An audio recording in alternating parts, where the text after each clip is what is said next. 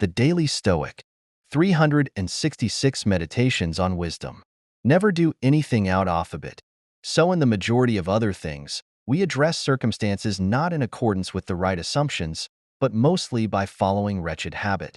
Since all that I've said is the case, the person in training must seek to rise above, so as to stop seeking out pleasure and steering away from pain, to stop clinging to living and abhorring death, and in the case of property and money, to stop valuing receiving over giving.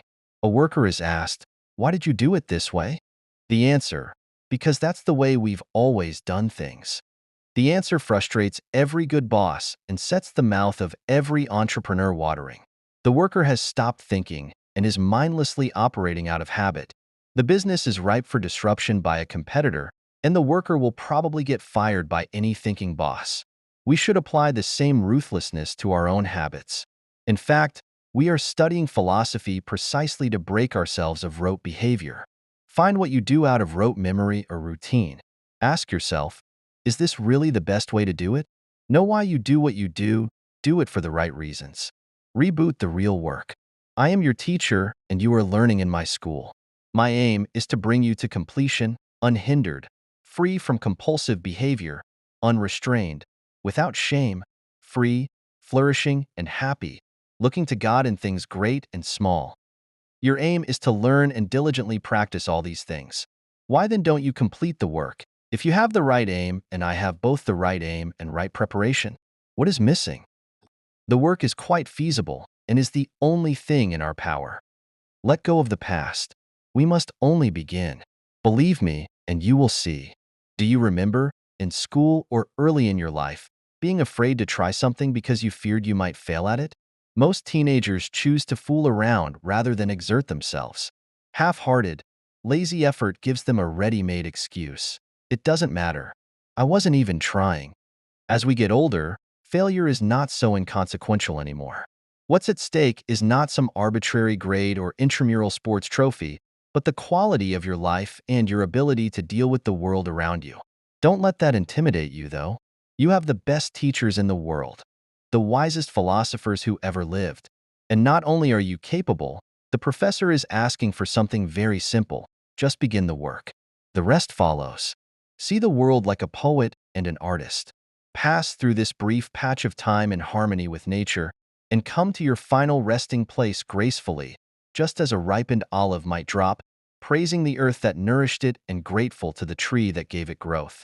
There are some stunningly beautiful turns of phrase in Marcus's Meditations, a surprising treat considering the intended audience, just himself.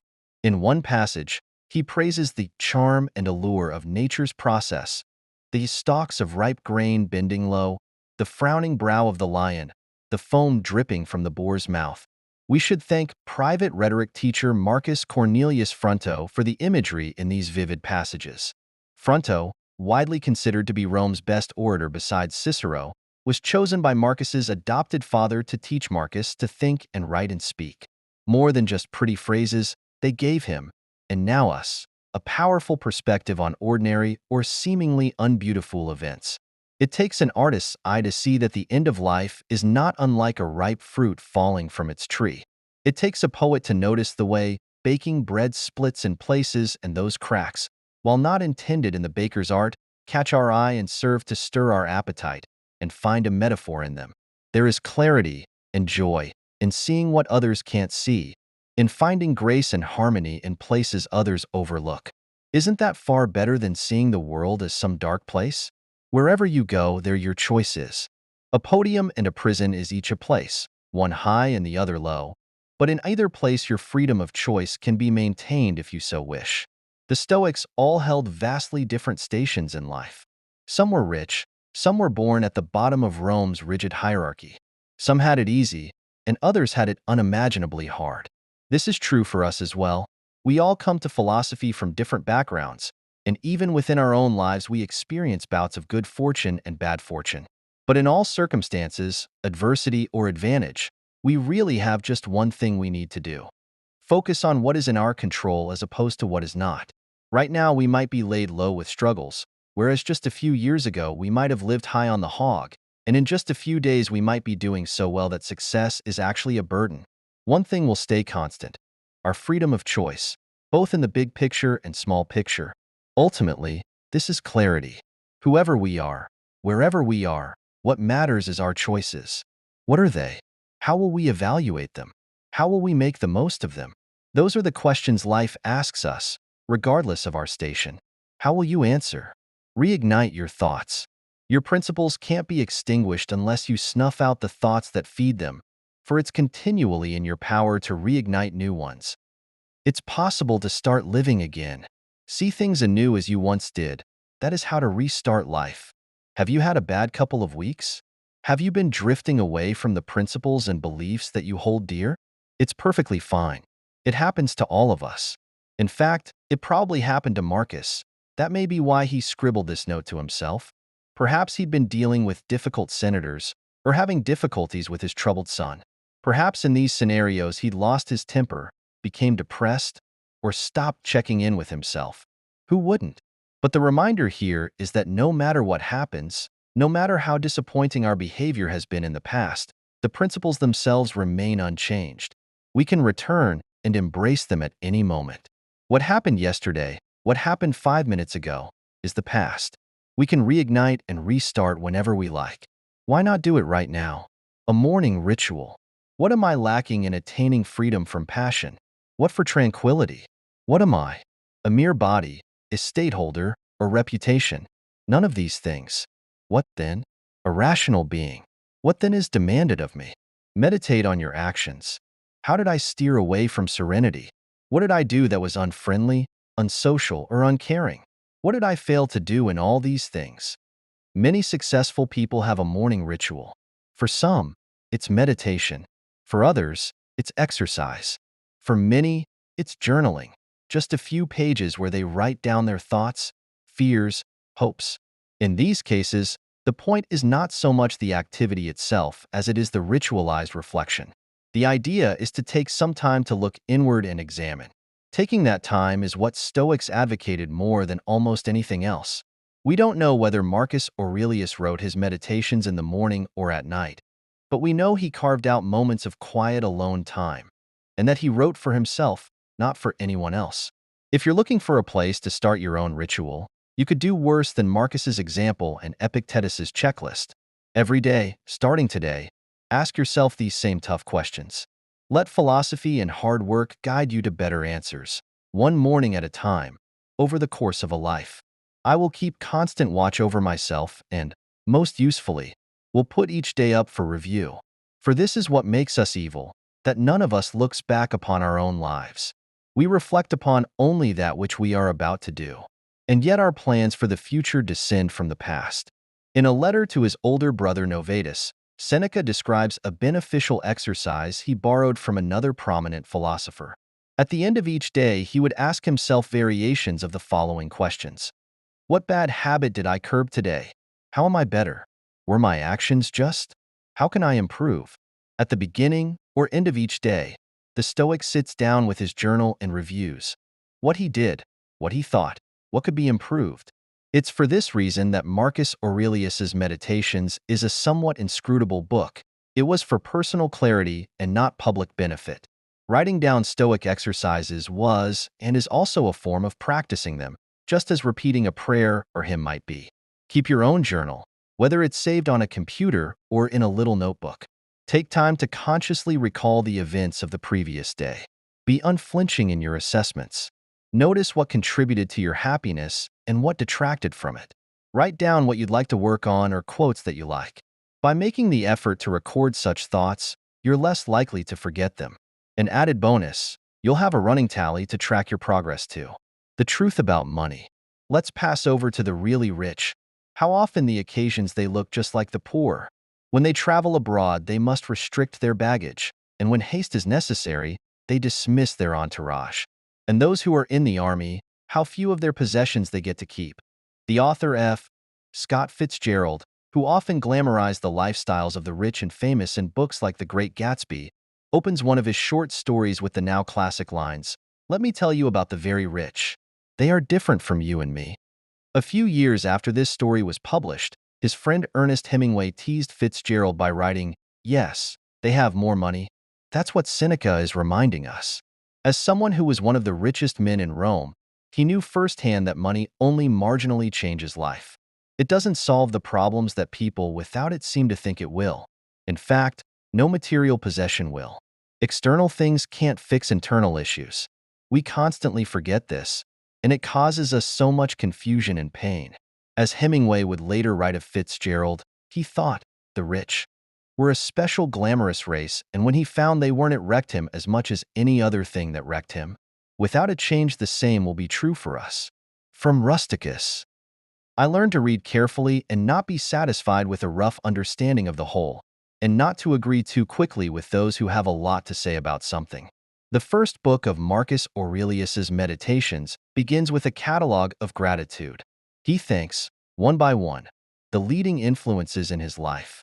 One of the people he thanks is Quintus Junius Rusticus, a teacher who developed in his student a love of deep clarity and understanding, a desire to not just stop at the surface when it comes to learning. It was also from Rusticus that Marcus was introduced to Epictetus. In fact, Rusticus loaned Marcus his personal copy of Epictetus's lectures. Marcus clearly wasn't satisfied with just getting the gist of these lectures and didn't simply accept them on his teacher's recommendation. Paul Johnson once joked that Edmund Wilson read books as though the author was on trial for his life. That's how Marcus read Epictetus, and when he absorbed them, they became part of his DNA as a human being. He quoted them at length over the course of his life, finding real clarity and strength in words, even amid the immense luxury and power he would come to possess. That's the kind of deep reading and study we need to cultivate as well, which is why we're reading just one page a day instead of a chapter at a time, so we can take the time to read attentively and deeply. The online prize. What's left to be prized? This, I think, to limit our action or inaction to only what's in keeping with the needs of our own preparation. It's what the exertions of education and teaching are all about. Here is the thing to be prized. If you hold this firmly, you'll stop trying to get yourself all the other things. If you don't, you won't be free, self-sufficient, or liberated from passion, but necessarily full of envy, jealousy, and suspicion for any who have the power to take them, and you'll plot against those who do have what you prize. But by having some self-respect for your own mind and prizing it, you will please yourself and be in better harmony with your fellow human beings, and more in tune with the gods, praising everything they have set in order and allotted you. Warren Buffett, whose net worth is approximately $65 billion, lives in the same house he bought in 1958 for $31,500. John Urschel, a lineman for the Baltimore Ravens, makes millions but manages to live on $25,000 a year. San Antonio Spurs star Kawhi Leonard gets around in the 1997 Chevy Tahoe he's had since he was a teenager, even with a contract worth some $94 million. Why?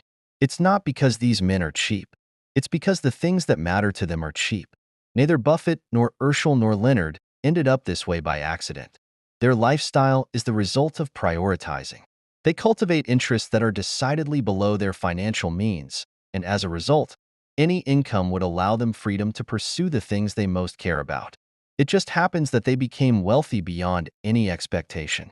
This kind of clarity about what they love most in the world means they can enjoy their lives. It means they'd still be happy even if the markets were to turn or their careers were cut short by injury. The more things we desire and the more we have to do to earn or attain those achievements, the less we actually enjoy our lives, and the less free we are. The Power OFA mantra. Erase the false impressions from your mind by constantly saying to yourself, I have it in my soul to keep out any evil, desire, or any kind of disturbance. Instead, seeing the true nature of things, I will give them only their due. Always remember this power that nature gave you. Anyone who has taken a yoga class or been exposed to Hindu or Buddhist thought has probably heard of the concept of a mantra. In Sanskrit, it means sacred utterance, essentially a word, a phrase, a thought, even a sound, intended to provide clarity or spiritual guidance. A mantra can be especially helpful in the meditative process because it allows us to block out everything else while we focus. It's fitting, then, that Marcus Aurelius would suggest this Stoic mantra, a reminder or watch phrase to use when we feel false impressions, distractions, or the crush of everyday life upon us. It says, essentially, I have the power within me to keep that out. I can see the truth. Change the wording as you like. That part is up to you. But have a mantra and use it to find the clarity you crave. The 3 areas off training. There are 3 areas in which the person who would be wise and good must be trained. The first has to do with desires and aversions, that a person may never miss the mark in desires nor fall into what repels them. The second has to do with impulses to act and not to act, and more broadly with duty, that a person may act deliberately for good reasons and not carelessly. The third has to do with freedom from deception and composure and the whole area of judgment, the assent our mind gives to its perceptions. Of these areas, the chief and most urgent is the first, which has to do with the passions, for strong emotions arise only when we fail in our desires and aversions. Today, let's focus on the 3 areas of training that Epictetus laid out for us. First, we must consider what we should desire and what we should be averse to. Why? So that we want what is good and avoid what is bad. It's not enough to just listen to your body, because our attractions often lead us astray. Next, we must examine our impulses to act, that is, our motivations. Are we doing things for the right reasons? Or do we act because we haven't stopped to think? Or do we believe that we have to do something? Finally, there is our judgment. Our ability to see things clearly and properly comes when we use our great gift from nature, reason. These are 3 distinct areas of training, but in practice they are inextricably intertwined. Our judgment affects what we desire. Our desires affect how we act, just as our judgment determines how we act. But we can't just expect this to happen. We must put real thought and energy into each area of our lives. If we do, we'll find real clarity and success. Watching the wise. Take a good hard look at people's ruling principle, especially of the wise, what they run away from and what they seek out. Seneca has said, "Without a ruler to do it against, you can't make crooked straight." That is the role of wise people in our lives, to serve as model and inspiration, to bounce our ideas off and test our presumptions. Who that person will be for you is up to you. Perhaps it's your father or your mother. Maybe it's a philosopher or a writer or a thinker. Perhaps WWJD, what would Jesus do, is the right model for you. But pick someone, watch what they do and what they don't do, and do your best to do the same. Keep it simple. At every moment, keep a sturdy mind on the task at hand, as a Roman and human being, doing it with strict and simple dignity, affection, freedom, and justice, giving yourself a break from all other considerations. You can do this if you approach each task as if it is your last, giving up every distraction, emotional subversion of reason, and all drama, vanity, and complaint over your fair share. You can see how mastery over a few things makes it possible to live an abundant and devout life. 4. If you keep watch over these things, the gods won't ask for more. Each day presents the chance to overthink things. What should I wear? Do they like me? Am I eating well enough? What's next for me in life? Is my boss happy with my work? Today, let's focus just on what's in front of us. We'll follow the dictum that New England Patriots coach Bill Belichick gives his players: do your job like a Roman, like a good soldier, like a master of our craft. We don't need to get lost in 1,000 other distractions or in other people's business. Marcus says to approach each task as if it were your last, because it very well could be. And even if it isn't, botching what's right in front of you doesn't help anything. Find clarity in the simplicity of doing your job today. You don't have to stay on top of everything.